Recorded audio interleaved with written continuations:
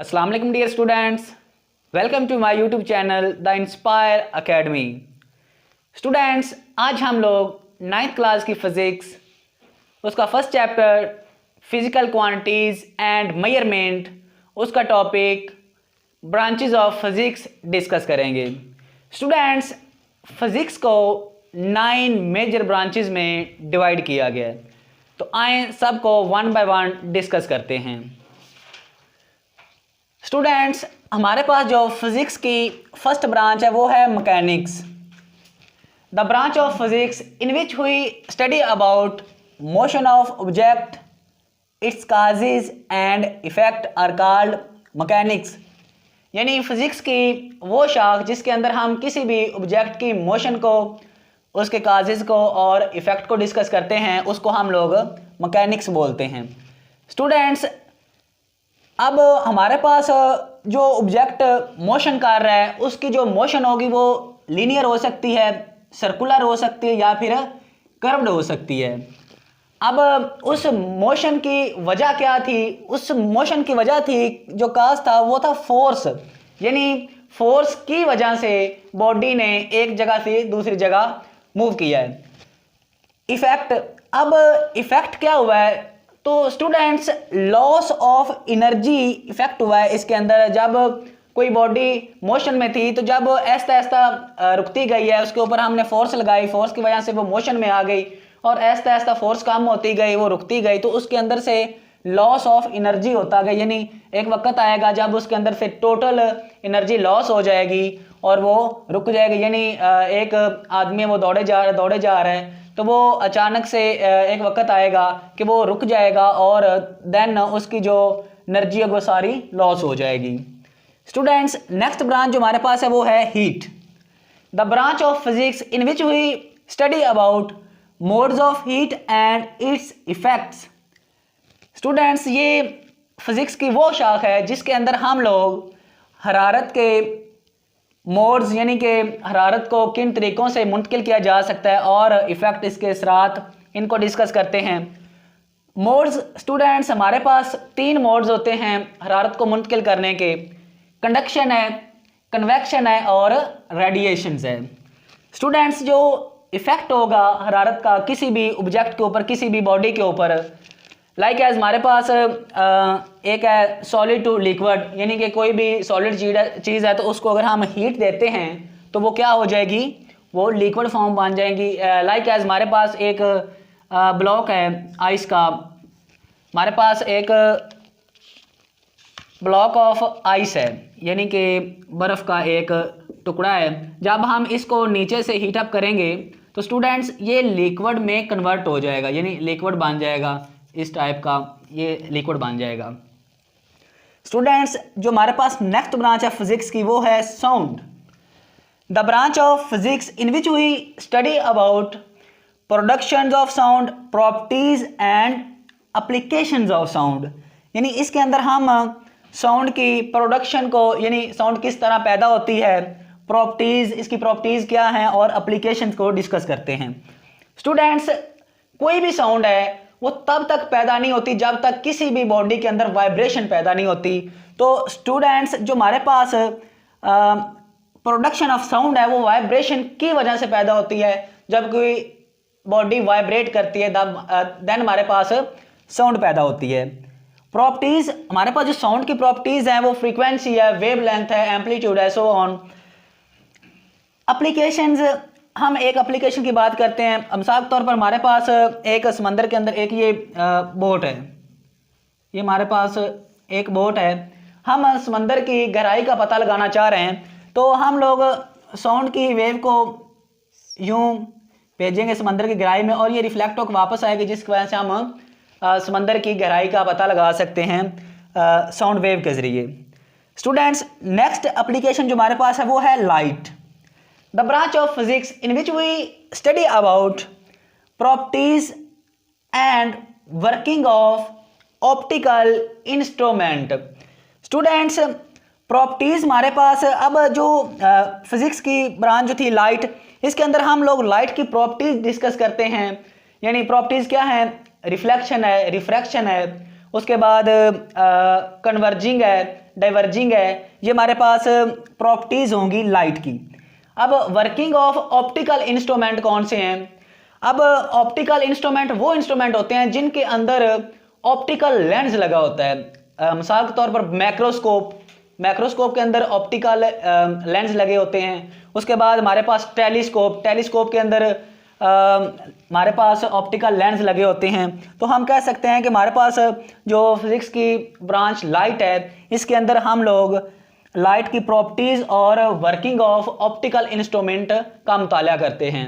तो स्टूडेंट्स, जो हमारी नेक्स्ट ब्रांच है वो है इलेक्ट्रिसिटी एंड मैग्नेटिज्म। स्टूडेंट्स, जैसा कि नाम से ही ज़ाहिर हो रहा है, इलेक्ट्रिसिटी इसके अंदर हम चार्जेस का मुताला करते हैं और मैग्नेटिज्म इसके अंदर मैग्नेटिक होता है। The branch of physics in which we study about charges in rest, in motion and relationship of charge with magnet. यानी इस ब्रांच के अंदर हम चार्जेस की मोशन का, चार्जेस की रेस्ट का और चार्जेस का रिलेशनशिप मैग्नेट के साथ, इस चीज़ का हम मुताला करते हैं। स्टूडेंट्स, जब चार्ज रेस्ट की हालत में होगा देन इस चीज़ को हम इलेक्ट्रोस्टैटिक बोलेंगे, यानी चीज़ रुकी हुई है। चार्ज इन मोशन, जब चार्ज मोशन में होगा, हरकत में होगा, देन इलेक्ट्रोडायनामिक फॉर्म होगी ये। जब चार्ज को हम मैग्नेट के करीब लाएंगे या मैग्नेट को चार्ज के करीब लाएंगे, इस चीज़ को हम इलेक्ट्रोडायनामिक बोलेंगे। स्टूडेंट्स, नेक्स्ट जो हमारी ब्रांच है एटॉमिक स्ट्रक्चर। नाम से ज़ाहिर हो रहा है एटॉमिक, यानी इसके अंदर एटम की साख्त का मुताला किया जाता है। The branch of physics in which we study about structure of atom and their properties. अब एटम की स्ट्रक्चर क्या है? हमारे पास ये एक एटम है। स्टूडेंट्स, एटम के ऊपर कोई चार्ज नहीं होता, एटम न्यूट्रल होता है। एटम के सेंटर में न्यूक्लियस होता है, न्यूक्लियस के अंदर प्रोटॉन और न्यूट्रॉन होते हैं।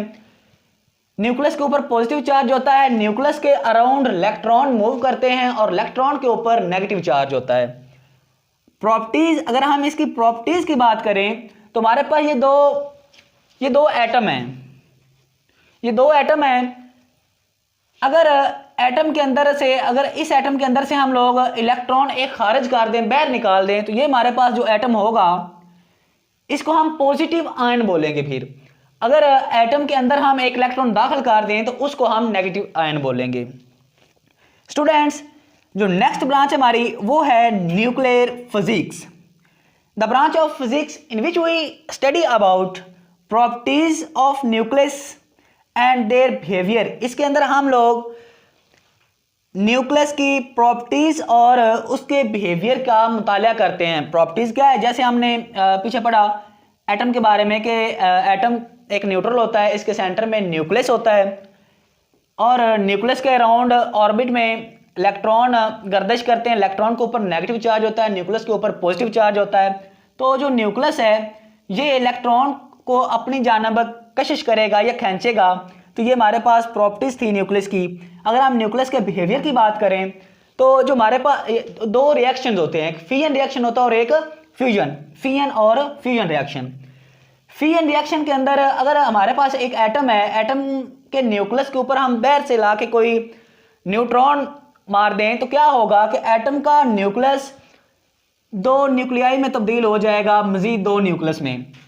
अगर हम फ्यूजन की बात करें तो फ्यूजन रिएक्शन के अंदर दो स्मॉल न्यूक्लियस मिलके एक लार्ज न्यूक्लियस बनाते हैं। स्टूडेंट्स, हमारी जो नेक्स्ट ब्रांच है वो है प्लाज्मा फिजिक्स।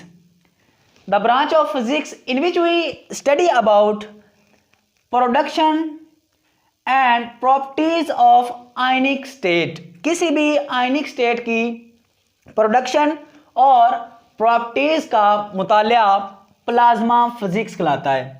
अब प्रोडक्शन क्या हो सकती है हमारे पास स्टूडेंट्स, जो प्लाज्मा फिजिक्स है ये एक मैटर की स्टेट है। मैटर की 4 स्टेट होती हैं, solid state, liquid state, gas state और 4th वन है प्लाज्मा स्टेट। स्टूडेंट्स, जब हम सॉलिड को हीट देते हैं, सॉलिड को जब हीट देंगे तो वो लिक्विड बन जाएगा, जब लिक्विड को हीट देंगे तो वो गैस बन जाएगा, और जब हम गैस को हीट देंगे तो वो एक क्या बन जाएगा, वो प्लाज्मा की शक्ल अख्तियार कर लेगा। स्टूडेंट्स हमारे पास जो प्रॉपर्टीज होती है आयनिक स्टेट की, मिसाल तो हमारे पास ये हमारे पास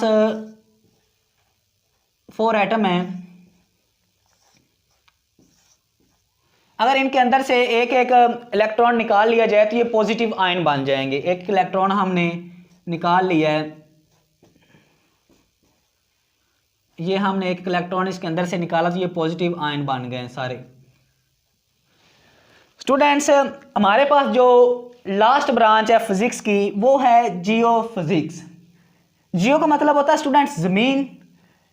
जियो physics mean the branch of physics in which we study about internal structure of earth, यानी कि इस ब्रांच के अंदर हम जमीन की अंदरूनी साख्त का मुताला करते हैं। अब अंदरूनी साख्त के अंदर डिफरेंट मदनियात हो सकती हैं, या फिर हम समंदर के अंदर चले जाएं तो उसके अंदर डिफरेंट तरह की चीज़ें, या ज़मीन के नीचे से कोई चीज़ का मुताला करना, ये हमारे पास जियो फिजिक्स कहलाता है। तो स्टूडेंट्स आज के लेक्चर में हम लोगों ने फिजिक्स की मेजर 9 ब्रांचेज जो थी, जिसको फिजिक्स को 9 मेजर ब्रांचेज में डिवाइड किया गया है, हमने 1 बाय 1 सबको डिस्कस किया। तो स्टूडेंट्स अगर आप लोगों को किसी भी टॉपिक की सही समझ ना आई हो या कोई भी प्रॉब्लम हो तो कमेंट में ज़रूर पूछिएगा। और नेक्स्ट जो हमारा टॉपिक होगा वो होगा physical quantities. Thank you so much.